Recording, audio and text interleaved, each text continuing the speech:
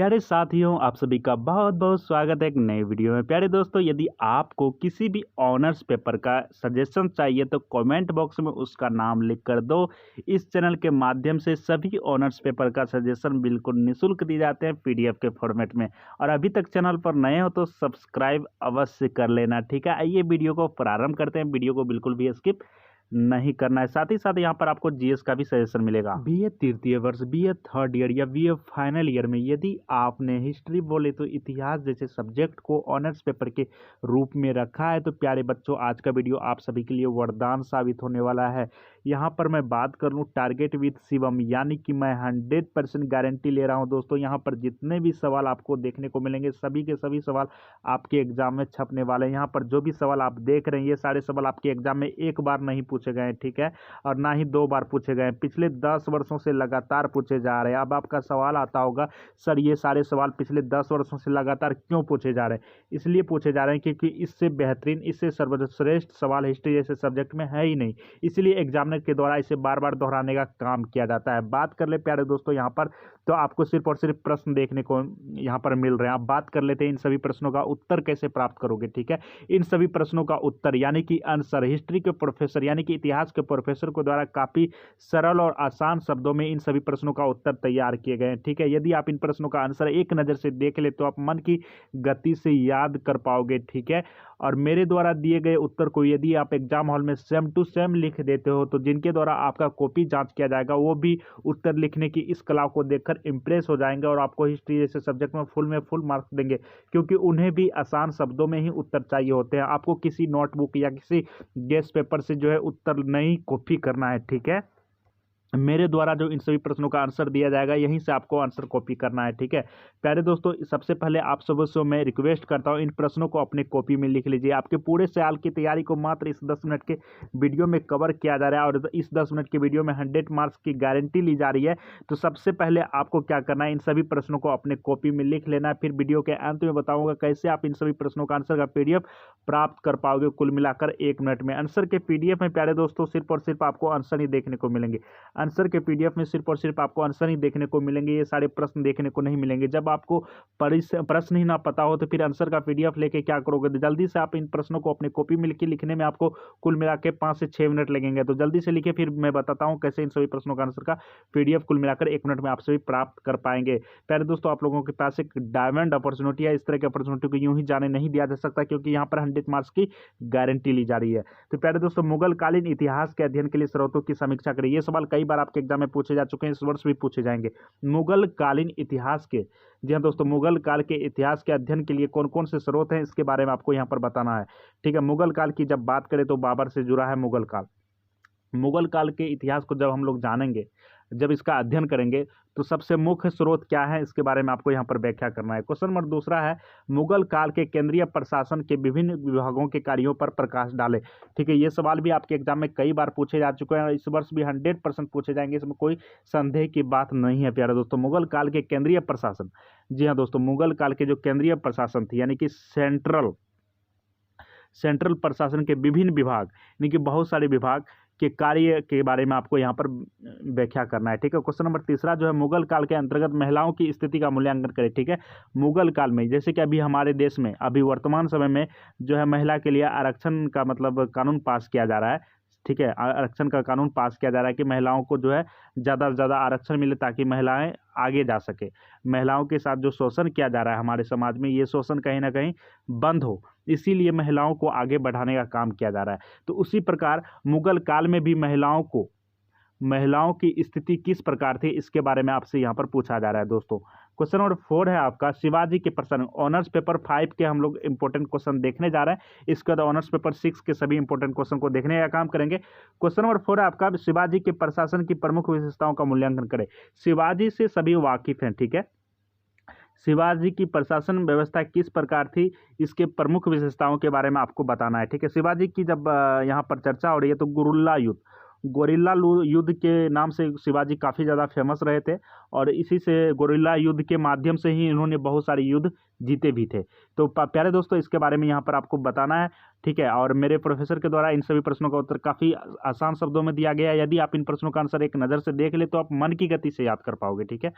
आपको रटने की आवश्यकता नहीं है, ना ही बार बार पढ़ने की आवश्यकता है, बस एक बार देखने के मात्र से ही आपको याद होने वाले हैं। क्वेश्चन नंबर 5 जो कि काफी इंपॉर्टेंट प्रश्न है, कई बार आपके एग्जाम में पूछे जा चुके हैं। सूफीवाद के विभिन्न स्कूलों के दर्शन एवं शिक्षाओं का वर्णन करें। सूफीवाद के बहुत सारे स्कूल के दर्शन एवं शिक्षाओं का वर्णन करने के लिए यहाँ पर कहा जा रहा है। क्वेश्चन नंबर 6 है, मुगल काल साम्राज्य के पतन के कर्म का वर्णन आपको यहाँ पर करना।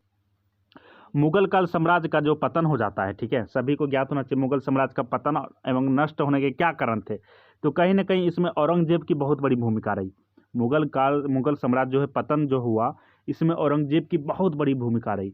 ठीक है, तो प्यारे दोस्तों इसके बारे में आपको काफ़ी अच्छे ढंग से लिखना है। तो उम्मीद करता हूँ आपने यहाँ पर जो है ऑनर्स पेपर 5 के सभी प्रश्नों को लिख लिया होगा। यदि नहीं लिखा तो वीडियो बैक करके आप इन सभी प्रश्नों को लिख लो। अब हम लोग चलते हैं हिस्ट्री ऑनर्स पेपर 6 के प्रश्न की ओर।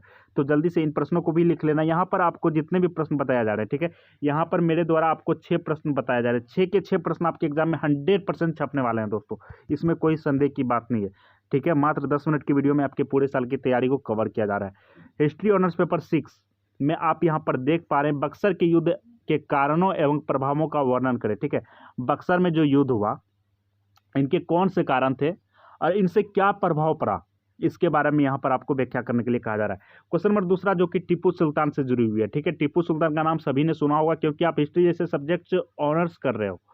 ठीक है, जब आप किसी को बोलोगे कि हम हिस्ट्री जैसे सब्जेक्ट से ऑनर्स कर रहे हैं, तो वो आपसे एक सवाल अवश्य करेंगे। ठीक है, पता है उनका सवाल क्या होगा? टीपू सुल्तान, क्योंकि इतिहास में टीपू सुल्तान का नाम काफ़ी ज़्यादा फेमस रहा था। ठीक है, इसके उपलब्धियों के बारे में आपसे पूछे जा सकते हैं। क्वेश्चन नंबर 3 जो कि कई बार आपके एग्जाम में पूछे जा चुके हैं, विलियम बेंटिंग के सुधारों को रेखांकित करें। विलियम बेंटिंग के कौन कौन से सुधार रहे हैं, इसके बारे में आपको यहाँ पर व्याख्या करना है।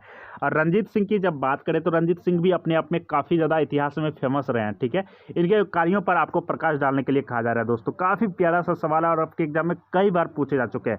भारत छोड़ो आंदोलन पर प्रकाश डाले। ठीक है, यहाँ पर देख सकते हो ऑनर्स पेपर 6 में जो है आपसे आधुनिक इतिहास से भी सवाल पूछे जा रहे हैं। भारत छोड़ो आंदोलन पर आपको प्रकाश डालने के लिए कहा जा रहा है।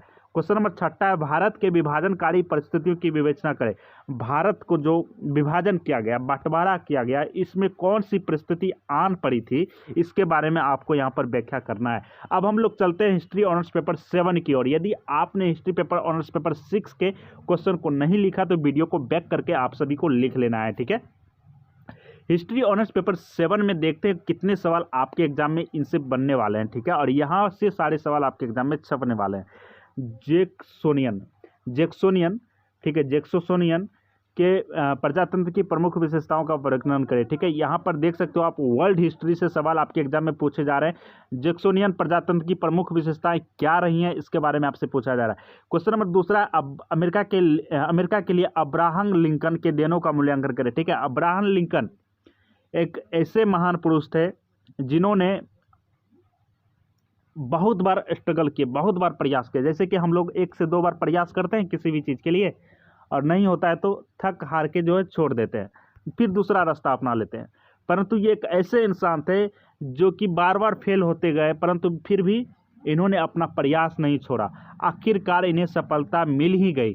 तो प्यारे दोस्तों, इनसे मुझे एक चीज़ अब सीख मिलती है कि यदि आपने कोई चीज़ को टारगेट बना लिया, मान के चलो कि आपका टारगेट है कि मुझे आईएएस बनना है, तो आप फर्स्ट अटेम्प्ट में आईएएस क्वालिफाई नहीं कर सका तो सेकेंड अटेम्प्ट भी नहीं करा, तो आपको छोड़ना नहीं है, उससे और भी एनर्जी के साथ आपको जो है दोबारा प्रयास करना है। ठीक है, और आपको आईएएस बनना है।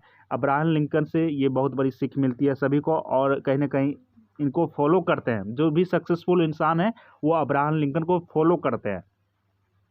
क्वेश्चन नंबर 3 आपका, राष्ट्रपति विल्सन की गृह नीति का उल्लेखन करें। ठीक है, राष्ट्रपति विल्सन का जो गृह नीति रही थी, इसके बारे में आपको यहाँ पर व्याख्या करना है। क्वेश्चन नंबर 4 है, अमेरिका में आर्थिक मंदी की पृष्ठभूमि एवं परिणामों की समीक्षा करने के लिए कहा जाए।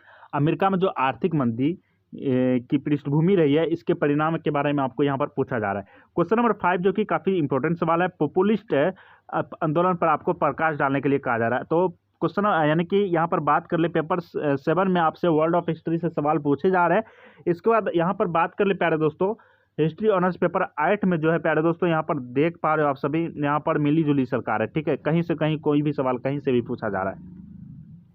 पहला सवाल तो ये है कि बक्सर विद्रोह के कारण एवं प्रभावों का वर्णन करें। ये सवाल कई बार आपके एग्जाम में पूछे गए हैं।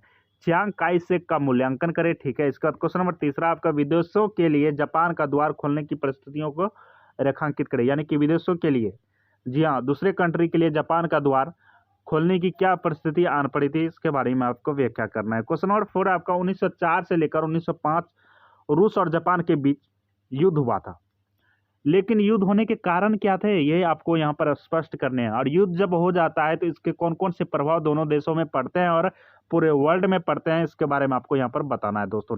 इसका क्वेश्चन नंबर 5 जो कि काफ़ी इंपॉर्टेंट सवाल है, ठीक है, खांसी हो रही है, ठीक है, खांसी हो रही है क्योंकि बारिश का मौसम है, तो ये लाजमी सी बात है। और खांसी जब होती है तो मैं काफ़ी ज़्यादा खुश हो जाता हूँ, क्योंकि मेरे को 2 साल में 3 साल में एक बार होती है। यहाँ पर देख सकते हो क्वेश्चन नंबर 5 है आपका, जापान के आधुनिकीकरण के चरणों का वर्णन करें। जापान के आधुनिकीकरण के चरणों का वर्णन करें। इसके बाद प्रथम अफीम युद्ध, ठीक है, प्रथम अफीम युद्ध के कारण हमको महत्व की समीक्षा करें। प्रथम पहली बार जो अफीम युद्ध हुआ था, इनके कौन कारण थे और इसके महत्व के बारे में आपको बताना है दोस्तों। क्वेश्चन नंबर 7 चीन के द्वार खोलने में यूरोपीय शक्ति के हितों का परीक्षण करें। उम्मीद करता हूं आपने इन सभी प्रश्नों को अपने कॉपी में लिख लिया होगा, यदि नहीं लिखा तो जल्दी से लिख लीजिए, ठीक है, जल्दी से लिख लीजिए, क्योंकि आंसर के पीडीएफ में सिर्फ और सिर्फ आपको आंसर ही देखने को मिलेंगे। अब बात करते हैं प्यारे दोस्तों, यहाँ पर आप लोग कुल मिलाकर 2 तरीके से इन सभी प्रश्नों का उत्तर प्राप्त कर पाओगे। पहला तरीका मैं बता देता हूँ, ठीक है, पहला तरीका यह है कि आप इस चैनल के माध्यम से इन सभी प्रश्नों का उत्तर प्राप्त कर पाओगे, ठीक है। इस चैनल के माध्यम से हिस्ट्री के प्रोफेसर के द्वारा इन सभी प्रश्नों का उत्तर काफ़ी अच्छे ढंग से, काफ़ी आसान शब्दों में आप लोगों को बताया जाएगा, ठीक है। वीडियो देखने मात्र से ही आपको इन सभी प्रश्नों के उत्तर याद होने वाले हैं, ये 100% गारंटी लेता हूं दोस्तों। ना ही आपको लिखने की आवश्यकता है उत्तर, ना ही आपको रटना मारने की आवश्यकता है, बस एक बार वीडियो देख लेना, आपको कंठस्थ याद हो जाएगा, ठीक है। ये पहला तरीका हो गया। तो चैनल को सब्सक्राइब कर लेना ताकि आपको नोटिफिकेशन मिलती रहे, और जीएस पेपर का भी यदि आपको सजेशन चाहिए तो सब्सक्राइब कर लेना ताकि ये जीएस पेपर का नोटिफिकेशन मिल सके। अब दूसरा तरीका मैं बताता हूँ आंसर प्राप्त करने का।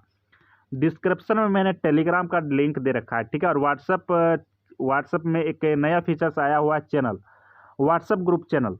तो व्हाट्सएप ग्रुप चैनल को भी आप लोगों को ज्वाइन कर लेना। इन दोनों में आपको किसी भी समय, टेलीग्राम ग्रुप में और व्हाट्सएप ग्रुप में किसी भी समय इन सभी प्रश्नों का आंसर का पीडीएफ देखने को मिलेगा, जिसे आप डाउनलोड करके कुल मिलाकर 1 मिनट में आप अपनी पढ़ाई में 4 चांद लगा सकते हो, और हिस्ट्री जैसे सब्जेक्ट में आप 100 में 100 मार्क्स प्राप्त कर सकते हो, इसमें कोई संदेह की बात नहीं है दोस्तों। तो जल्दी से चैनल को सब्सक्राइब करो, टेलीग्राम को ज्वाइन कर लो। मिलते हैं नेक्स्ट वीडियो में। Thanks for watching, bye bye, take care, जय हिंद दोस्तों।